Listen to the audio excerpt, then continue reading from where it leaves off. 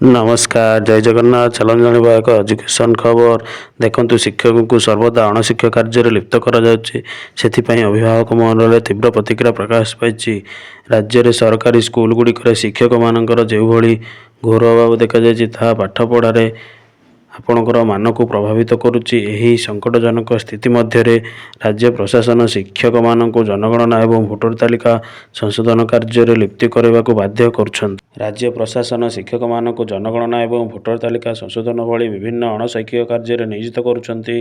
फल शिक्षक माने निजर मुख्य काम दूरे जाउछंती एवं यार शिकार होउछंती। विशेषकर गरीब और अवहेलित श्रेणीर छात्र छात्री माने आगक 2027 मसीहा जनगणना प्रस्तुति आरंभ होगा जाउथिला बेले एही समस्या आहुरी जटिल रूप धारण कर आशंका रही। तथ्य अनुसार ओडिशार प्राथमिक एवं उच्च प्राथमिक विद्यालय गुड़िक 25,000 रु अधिक शिक्षक पद खाली पड़ी।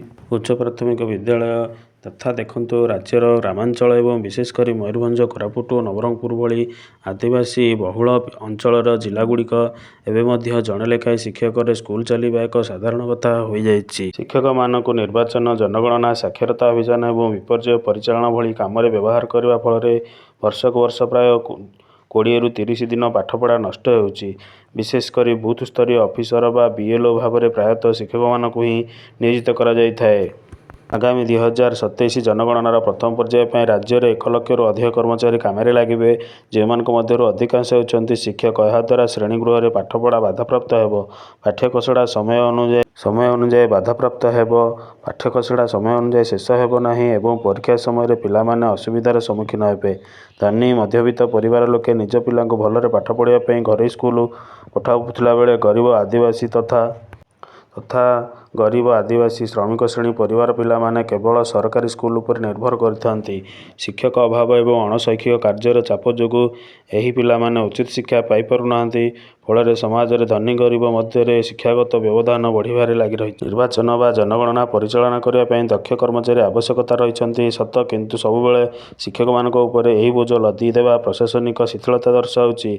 एही कार्यरू कार्यरत शिक्षक मानक अब्याहत देवा निहाती आवश्यक रही।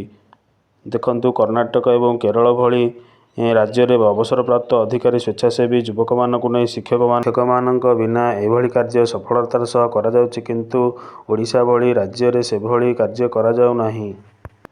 ओडिशारे मध्य सेहिभली पदक्षेप नेबा दरकार। पंचायत कर्मचारी अवसरप्राप्त शिक्षक सरकारी कर्मचारी शिक्षित बेकार युवक युवती मानकु जनगणना कार्य सामिल करा जिबारे किछि असुविधा नाही, किंतु गुरुत्वपूर्ण कथा हेउची एक नियम प्रणयन हेबा उचित जो पाठपढ़ा चलता बेले समय कौन शिक्षक को अणशैक्षिक कार्य सामिल करा जाय परिबो नाही।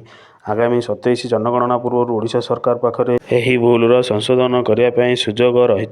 सेहिभली देखंतु आउ एक खबर टिकावाली कंधमाल देखंतु छात्र मानकु मद देला किए। देखंतु सरस्वती पूजार एक अभावनीय घटना घटी।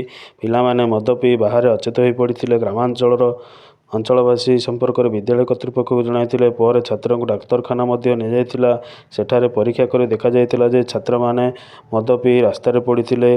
तेणु प्रधान शिक्षक प्रतिनिधि स्कूल यूनिफॉर्म देखि प्रधान शिक्षक कामराज कंवर खबर देते छात्र को टिकावाली डाक्तरखाना निया। डाक्तर परीक्षा पर अत्यधिक मद पीथिबार जमापड़ी।